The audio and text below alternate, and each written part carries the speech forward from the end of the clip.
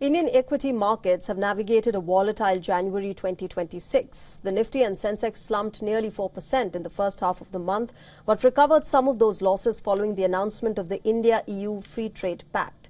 The downtrend is fueled by relentless foreign portfolio investor selling. Overseas funds offloaded a net around $4 billion in January. However, domestic institutional investors provided a sturdy floor by absorbing some of that selling pressure. And now, with the union budget set for the 1st of February, the market's focus has shifted to stimulus.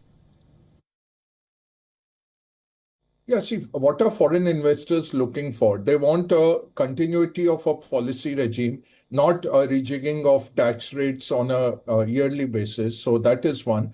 Secondly, they want a competitive tax regime. So in line with what they are paying in other jurisdictions. Third, they are looking for growth, which we are providing. We have rule of law, protection of property, and growth. But what we are lacking, one is our valuations are too high. So earnings have to justify those valuations. Second, artificial intelligence is what has been seeing most of the incremental flows. And we don't have anything as a pure play artificial intelligence or semiconductors play to attract foreign investors. These are the two big issues. Markets are looking at possible tax rationalization that could reward investors to stay anchored in India. Analysts are also expecting a fiscal deficit target of 4.3 to 4.4%, as it could balance growth and stability.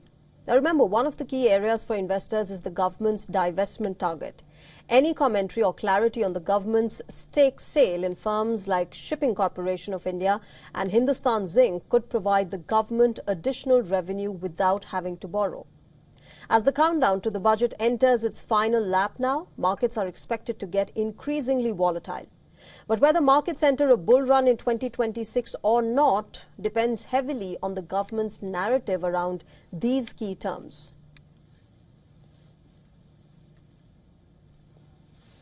Well, there is a lot of hope that the budget will bring in some measures which will help the markets. But we must realize that right now, there is no political capital as such to be spent. So overall, there is no imminent national election. We are not expecting big bang kind of reforms in the budget. So it could be a non-event, and we will have to wait for an earnings recovery in the Indian markets. That might be the issue, and the budget could turn out to be a non-event.